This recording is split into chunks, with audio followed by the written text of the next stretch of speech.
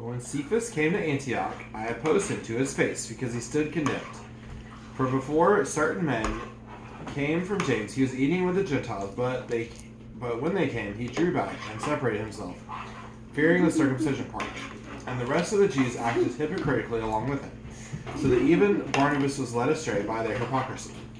But when I saw that their conduct was not in step with that of the truth of the gospel, I said to Cephas before them all, if you, though a Jew, live like a Gentile and not like a Jew, how can you force the Gentiles to live like Jews?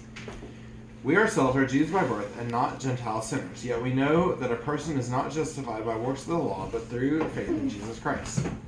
So we also have believed in Christ Jesus in order to be justified by faith in Christ, and not by works of the law, because by works of the law no one will be justified. But if in our endeavor to be justified in Christ, we too were found to be sinners, is Christ then a servant of sin? Certainly not. For if I rebuild what I tore down, I prove myself to be a transgressor. For through the law I died to the law, so that I might live to God.